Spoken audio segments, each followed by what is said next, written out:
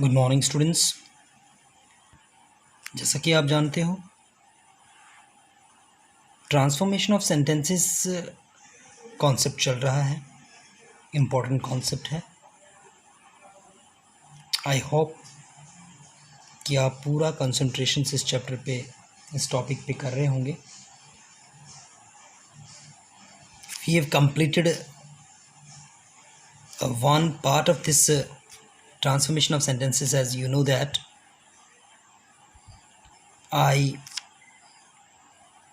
discussed earlier about what is clause, independent clause, dependent clause, और principal clause, or we can say subordinate clause. But these clauses we have discussed. Today we'll move forward. आज हम थोड़ा आगे बढ़ेंगे, इस chapter को थोड़ा आगे बढ़ाएंगे, एंड सम फर्दर टॉपिक्स भी हम इसके डिस्कस करेंगे। जैसे मैंने आपको बता दिया है, सिंपल, कंपाउंड, कॉम्प्लेक्स की हम बात करेंगे।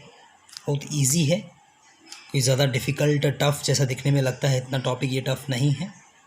बट यहाँ पे कॉन्सेंट्रेशन से ज़्यादा करने की ज़रूरत है। यहाँ पे क्लॉज और सेंटेंस के बीच में डिफरेंस समझने की ज़रूरत है। यहाँ पे डिफरेंट टाइप्स ऑफ क्लॉजेस को समझने की ज़रूरत है। सो बच्चों, आज मैं आपको जो इस टॉपिक, इस जो ग्रामर पार्ट का मेन एक और इसका टॉपिक है, उसको आज डिस्कस करेंगे, जो कि है आज फ्रेज। क्लॉज हमने डिस्कस कर ली है। आज मैं आपको फ्रेज के बारे में कुछ बताऊंगा। फ्रेज क्या होता है, फ्रेज की क्या इम्पोर्टेंस है। अगर हम simple to complex, complex to compound की बात करें, ट्रांसफॉर्मेशन ऑफ सेंटेंसेस की बात करें, तो फ्रेज कितना इम्पोर्टेंट रहेगा ये मैं आपको बताऊंगा। फर्स्टली हमें जानना बहुत ज़रूरी है कि फ्रेज होता क्या है। As we have discussed about clauses, today will talk about phrase. Phrase group of words होते हैं।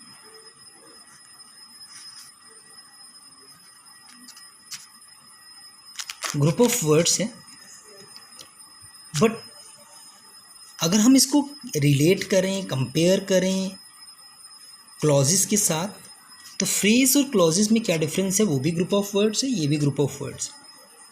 डिफरेंस है कि उसमें सब्जेक्ट वर्ब कॉम्बिनेशन होता था, इसमें सब्जेक्ट वर्ब कॉम्बिनेशन नहीं होता।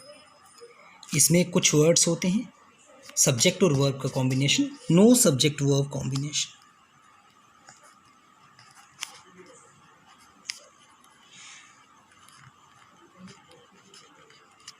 इसमें सब्जेक्ट वर्ब कॉम्बिनेशन नहीं होगा। सब्जेक्ट वर्ब कॉम्बिनेशन तो अब तक आपको बच्चों समझ आ चुका होगा कि सब्जेक्ट्स जितने भी हैं और वर्ब्स, उनके साथ जो वर्ब्स कनेक्टेड रहती हैं, जो वर्ब्स रिलेट करती हैं, वैसा यहाँ पे कुछ भी नहीं होगा।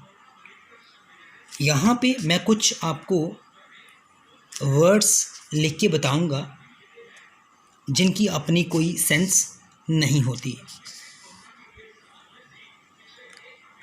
They don't have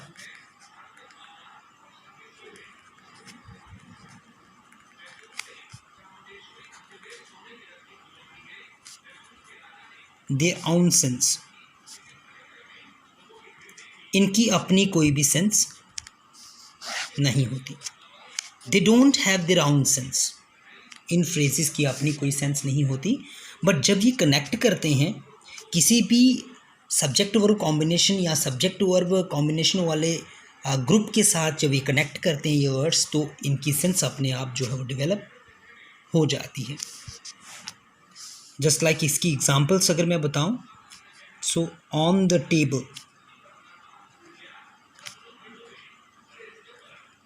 on the table, this is a phrase. Just like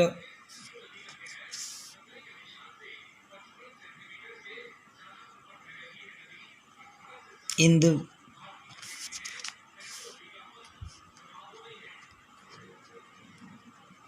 dramatically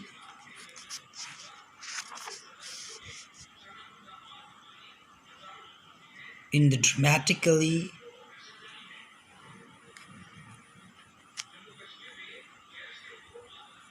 sizzling performance, dramatically sizzling performance. This is also one of the phrase, or we can say like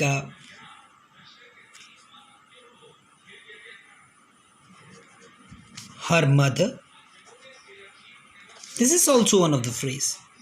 यहाँ पे जो भी मैं ग्रुप ऑफ वर्ड्स लिखने की कोशिश कर रहा हूँ, ये आपको समझने की ज़रूरत है कि यहाँ पे ग्रुप चाहे 2 वर्ड्स का है, 2 वर्ड्स का है, चाहे ग्रुप वो 5-6 वर्ड्स का है, चाहे ग्रुप 3 वर्ड्स का है, ये फ्रेज़ में ही काउंट होता है जब तक इसमें सब्जेक्ट वर्ब कॉम्बिनेशन नहीं है, तो ये फ्रेज़ ही कहलाता है और इसकी अपनी कोई सेंस नहीं होती।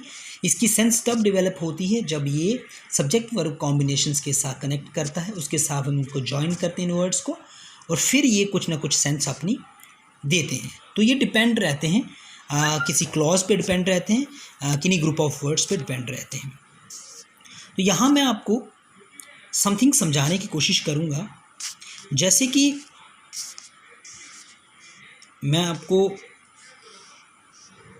एक मैं सर्कल डाल रहा हूँ, इसके बीच में एक स्मॉल सर्कल, उसके बीच में एक और स्मॉल सर्कल मैंने डाला है, आप समझ सकते हैं, देख सकते हैं। इसको हम बोलेंगे nest of boxes, nest of boxes.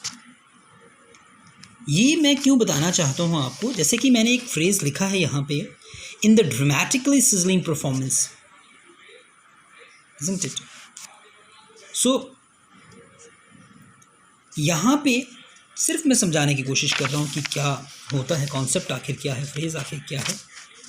बहुत बच्चे डरते हैं फ्रेज़ से कि फ्रेज़ हमें नहीं पता चलता है क्या। तो यहाँ पे मैं आपको कुछ इसके टाइप्स बता रहा हूँ, ये तो बता दिया मैंने फ्रेज़ क्या होता है, यहाँ पे कुछ टाइप्स बता रहा हूँ। जस्ट लाइक ये जो बड़ा बॉक्स है, ये मैं एडजेक्टिव के लिए छोड़ता हूँ, जो इससे स्मॉल है उसको मैं नाउन के लिए,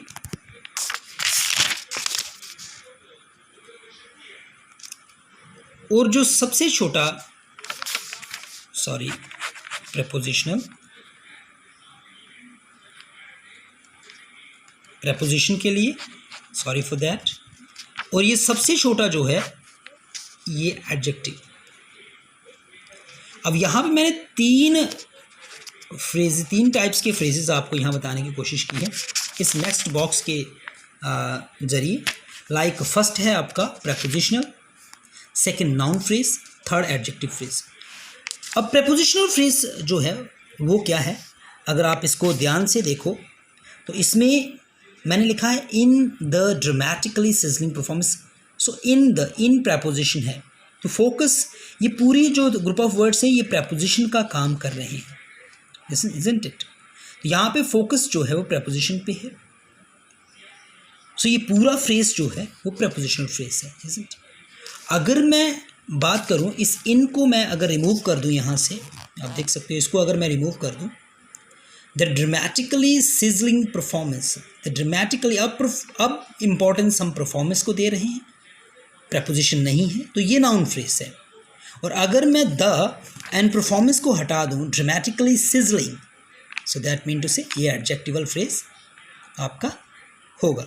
बिकॉज द क्यों हटेगा, बिकॉज द एक डिटर्मिनर है और वो नाउन के साथ ही चलता है। सो यहाँ पे परफॉर्मेंस नाउन है, सो अगर हम परफॉर्मेंस को, नाउन को हटाएंगे तो द ऑटोमेटिकली हट जाएगा, तो बचा हुआ पार्ट रहेगा ड्रामेटिकली सिजलिंग। सो ये एडजेक्टिवल फ्रेज है। यहाँ पे बच्चों वर्ब फ्रेजेस भी होती हैं। सो वर्ब फ्रेजेस क्या होती हैं ये तो आपको समझ आ गया होगा। वर्ब फ्रेजेस क्या होते हैं, just like is working. Is working क्या है, that is verb phrase. Has written,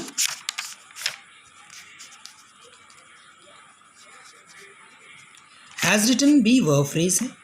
isn't it? Helping plus main verb, ये वर्ब फ्रेज है. सो बच्चों, आज मैंने आपको फ्रेज़ के बारे में थोड़ा बहुत जानकारी जो है वो दी है, इन्फॉर्मेशंस. आई थिंक आपको इसके बारे में थोड़ा बहुत तो नॉलेज ज़रूर हुआ होगा. और इसका क्या रोल है ये तो मैं आपको आगे आने वाले जो टॉपिक्स हैं उनमें आपको बताऊंगा कि इसका क्या रोल है, क्यों मैंने आपको फ्रेज़ पढ़ाया है, क्यों मैंने आपको क्लॉजेस पढ़ाए, तो इनका क्या रोल है, कैसे हम इनको पहचान सकते हैं, कैसे यूज़ करते हैं. तो ये नेक्स्ट हम आने वाले टॉपिक्स में डिस्कस करेंगे. तो बच्चों, होप सो कि आप ध्यान से इनको डिस्कस करेंगे और सुनेंगे भी. तब तक के लिए धन्यवाद.